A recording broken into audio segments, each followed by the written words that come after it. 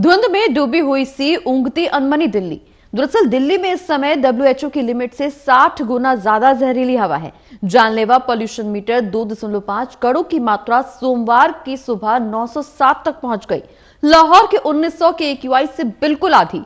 मौत और बीमारी के स्मॉग की साइंटिफिक वजह क्या है? क्यों हर साल दिल्ली ये दर्द झेलती है? बता दें कि 18 नवंबर 2024 यानी कि सोमवार की सुबह पॉल्यूशन मीटर 2.5 का लेवल 907 था। ये दावा है IQ एयर पॉल्यूशन मॉनिटर्स का। ये स्तर WHO की तय डेली लिमिट से 60 गुना ज्यादा है, यानी जानलेवा। पिछले हफ्ते लाहौर में AQI ने सारे रिकॉर्ड तोड़ दिए थे। वहां प्रदूषण का स्तर 1900 के पार था। दिल्ली में प्रदूषण की मुख्य वजह क्या है, ये जानने की कोशिश हर कोई कर रहा है। दरअसल दिल्ली का लोकेशन ही ऐसा है, इसलिए हर साल ये दर्द झेलना पड़ता है। दिल्ली में स्थानीय स्तर पर प्रदूषण की सबसे बड़ी वजह है तेजी से बढ़ती हुई गाड़ियां, औद्योगिक यूनिट्स, लगातार हो रहा निर्माण, 24 घंटे जलने वाले कचरे के पहाड़, डीजल इंजन, एयर कंडीशनर और थर्मल प्लांट्स।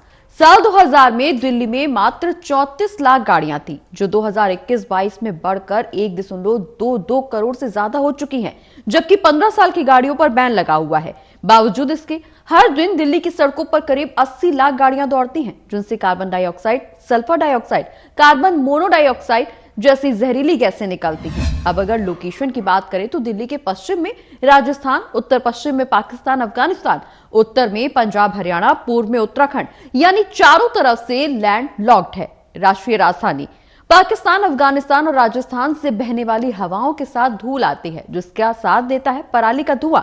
ये धुआं पैदा होता है पंजाब, हरियाणा और पश्चिमी उत्तर प्रदेश के जिलों से।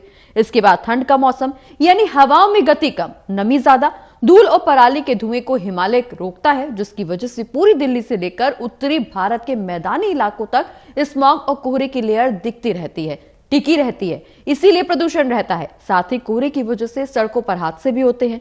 दिल्ली नगर निगम के मुताबिक राजधानी के अलग अलग इलाकों में 11,000 टन कचरा रोज निकलता है। ये गाजीपुर और ओखला लैंडफिल साइट पर जाता है। दोनों जगहों पर 3 टन और 2 टन की बायो माइनिंग प्रोजेक्ट्स लगे हैं। सिर्फ इतना ही नहीं, दिल्ली NCR इलाके में कई ऐसे उद्योग हैं जहां पर सालाना 17 लाख टन कोयले का इस्तेमाल होता है, जिसके जलने से ग्रीन हाउस गैसेस का उत्सर्जन बहुत ज्यादा होता है।